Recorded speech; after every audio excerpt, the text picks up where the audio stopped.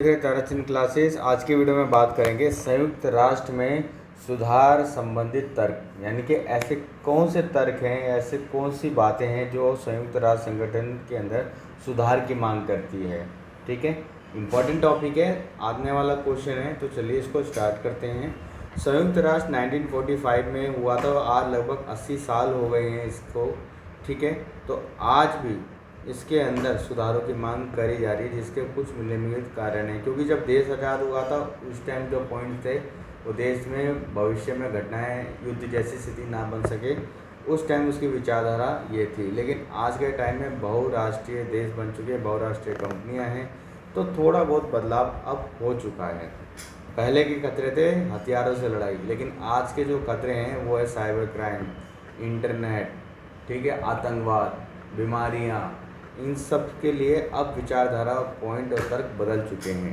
ठीक है, 21वीं सदी के वैश्विक परिदृश्य में इसकी संरचना और कार्यप्रणाली में व्यापक सुधार की आवश्यकता महसूस की जा रही है। इसलिए आज संयुक्त राष्ट्र के ढांचे, विशेषकर सुरक्षा परिषद में सुधार की आवश्यकता व्यापक रूप से महसूस की जा रही है। ठीक है, पहला है संरचना का पूरे दोबारा से करना, रीडिज़ाइन। सुरक्षा परिषद में स्थायी सदस्य अभी कितने? 5 है। जब बना था तब भी 5 थे, आज भी 5 है। अमेरिका, रूस, चीन, ब्रिटेन, फ्रांस। वहीं जो 1945 में विजेता देश थे।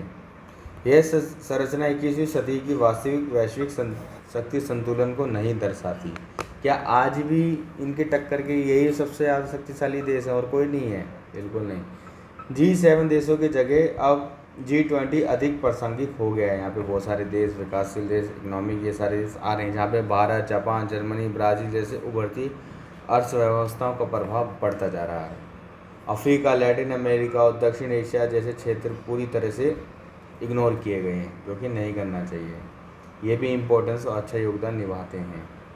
अब वीटो शक्ति का दुरुपयोग, कहने का मतलब यह किसी प्रस्ताव पर चर्चा करनी है, अगर 5 में से किसी एक देश को नहीं है पसंद इस मुद्दे पे बात करना, तो वो वीटो पावर का यूज़ कर सकता है और उस पर किसी भी प्रकार का विचार विमर्श को पूरी तरीके से बंद करवा सकता है।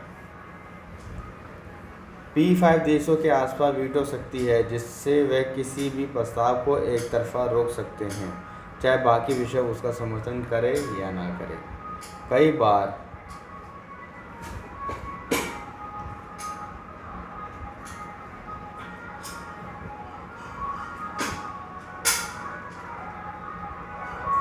बार वीटो का प्रयोग राष्ट्रीय हितों की रक्षा के लिए हुआ है, जिससे शांति और न्याय की प्रक्रिया प्रभावित हुई है।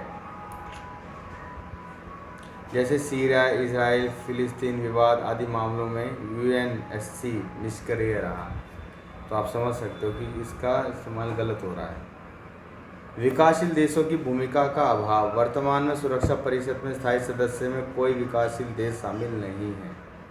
ठीक है, बस वही 5 देश शामिल हैं, बाकी जो अस्थायी देश आते हैं वो 2-2 साल के लिए रहते हैं। ये स्थिति अंतर्राष्ट्रीय प्रतिनिधित्व और लोकतांत्रिक मूल्यों के खिलाफ है कि कुछ लोगों को तो सीट पक्की मिली हुई है, बाकी जो 10 बंदे अलग से अस्थायी तौर पर चुने जाते हैं वो 2 साल के लिए रहते हैं, उनका भी कोई ज़्यादा रोल रहता नहीं है। शांति और सुरक्षा के बदलते आयाम, यानी कि शांति और सुरक्षा के बदलते तरीके। पहले ज़रूरत कुछ और थी, आज ज़रूरत कुछ और है। आज वैश्विक खतरे केवल पारंपरिक युद्ध नहीं हैं, बल्कि आतंकवाद, साइबर क्राइम, साइबर युद्ध, महामारी, जलवायु परिवर्तन, मानवाधिकार का उल्लंघन, हनन, ये सब महत्वपूर्ण बन चुके हैं। इन मुद्दों पर निर्णय लेने में संयुक्त राष्ट्र की प्रणाली धीमी और अप्रभावी साबित हो चुकी है। ठीक है, यूनाइटेड नेशन की कार्य क्षमता और विश्वसनीयता पर सवाल उठ चुका है कि भैया हम इस पर विश्वास करें या ना करें। UN कई बड़े संघर्षों को रोकने में विफल रहा, जैसे सीरिया युद्ध हो गया, यमन संकट, यूक्रेन की फाइट देख लो कितनी लंबी चल रही है। तो ये सब इन पर क्वेश्चन मार्क तो उठता ही है ना कि भैया इसको हम आगे बढ़ाएं या ना बढ़ाएं।